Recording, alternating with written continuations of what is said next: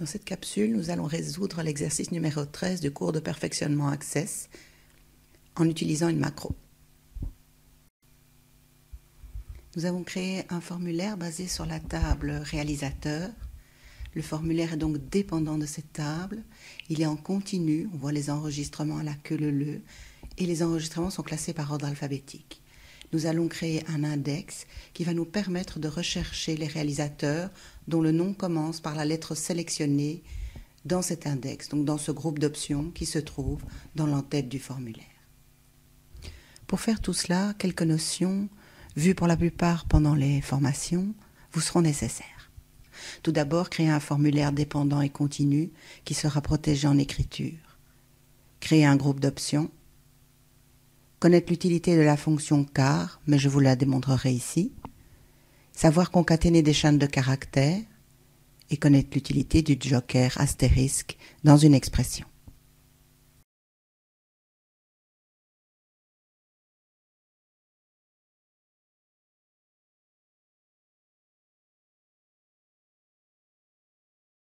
Comme vous pouvez le voir, les réalisateurs sont classés par ordre alphabétique. Allons voir la structure de ce formulaire pour pouvoir y ajouter un index.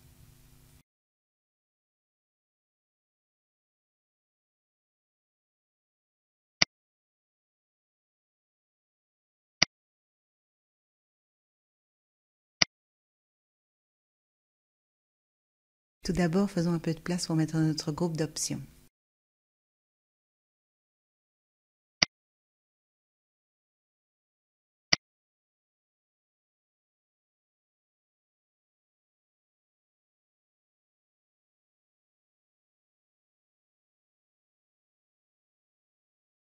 J'enlève l'étiquette qui ne nous servira à rien. Allons maintenant ajouter les 26 boutons bascule qui nous permettront de filtrer les enregistrements en fonction de la première lettre du nom.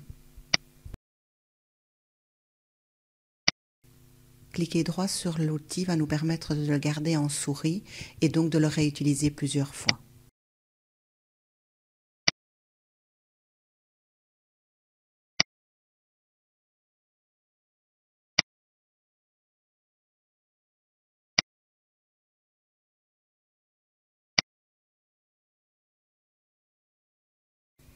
Effectuons un peu de rangement.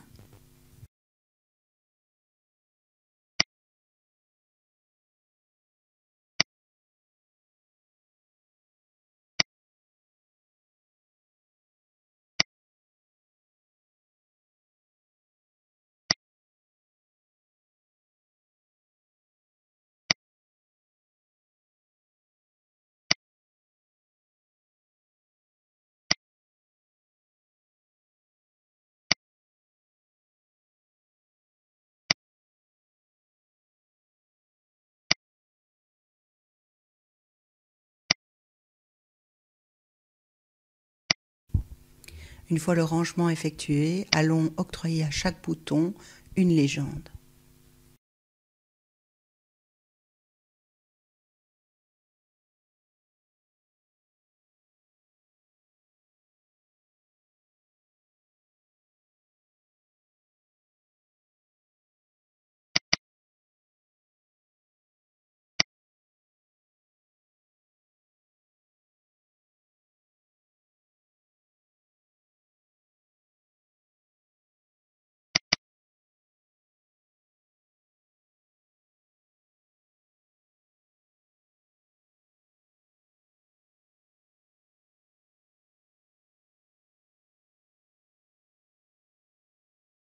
Comme vous le voyez, la valeur de ce bouton est 1, ce qui veut dire que si vous cliquez sur le bouton A, il met la valeur du groupe d'options à 1.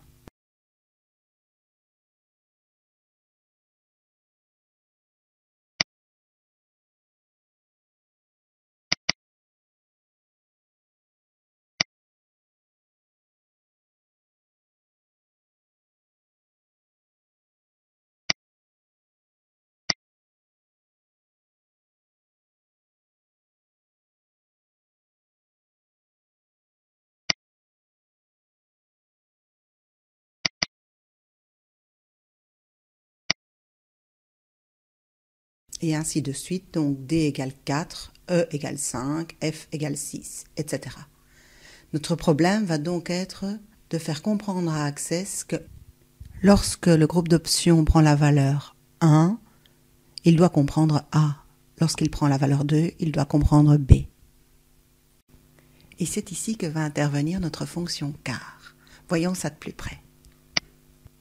Voici une petite démonstration de l'effet de cette fonction utilisée dans un champ calculé, dans une zone de texte donc d'un formulaire.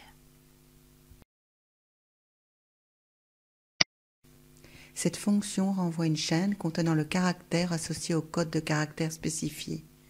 Autrement dit, renvoie le caractère correspondant au code ASCII, qui est spécifié entre parenthèses.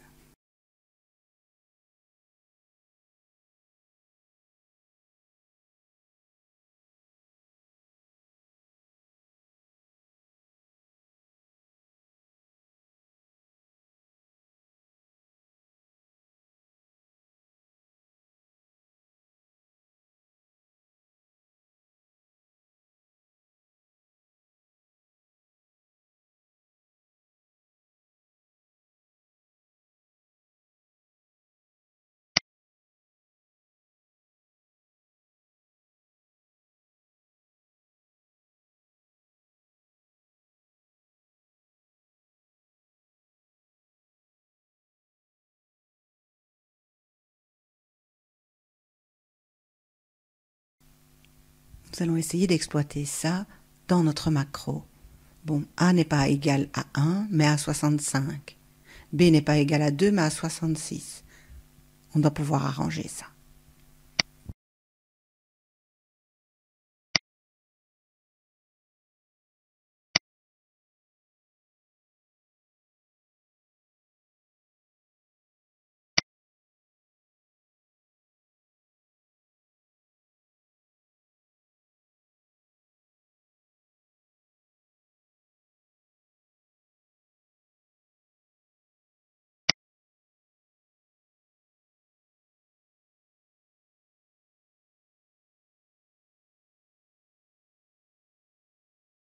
L'expression doit nous permettre d'afficher les noms de réalisateurs, donc le champ nom R, qui commence par la lettre A. Alors souvenons-nous des requêtes, nous avons utilisé le joker astérisque qui voulait dire n'importe quelle chaîne de caractères.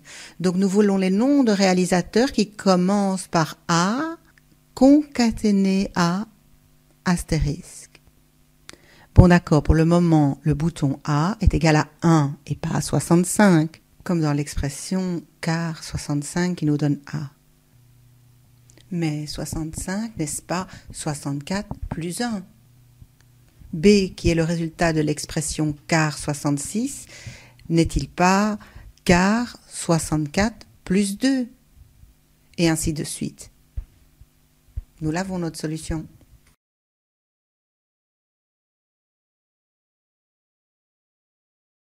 L'expression est donc bien non R, comme, alors nous utilisons le comme parce que nous allons utiliser le joker astérisque, car, ouvrez la parenthèse, 64 plus la valeur du groupe d'options. Donc la valeur de ce contrôle groupe d'options que nous allons devoir aller insérer grâce au générateur d'expression.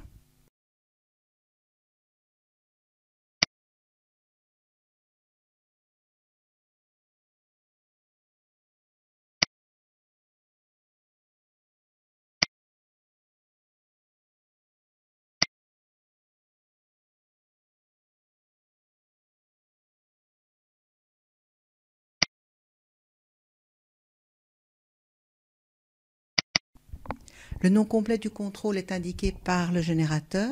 Il nous suffit de fermer la parenthèse, de mettre le symbole de concaténation, l'esperluette, donc le « et » commercial, qui va nous permettre d'accrocher à la lettre désignée par l'expression car le symbole joker qui représente n'importe quelle chaîne de caractères, c'est-à-dire l'astérisque que l'on met entre guillemets.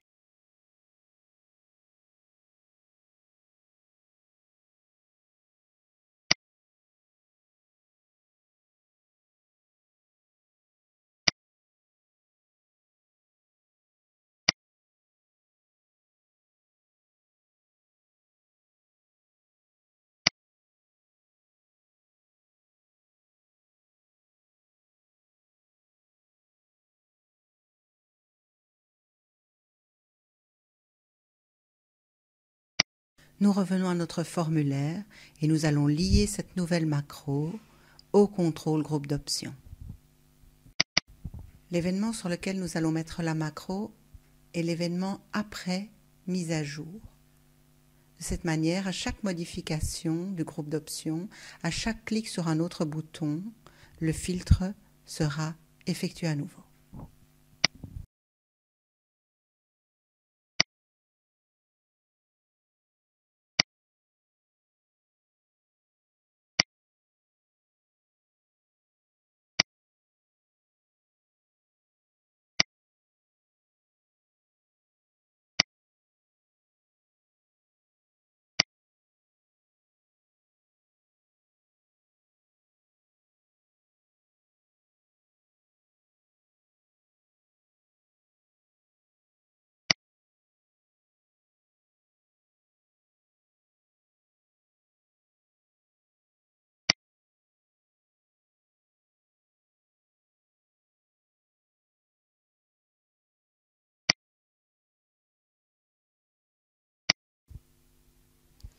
Et voilà, ceci termine notre capsule « Comment mettre un index dans un formulaire ». Nous verrons dans une prochaine capsule comment rajouter un bouton pour retrouver l'ensemble des enregistrements.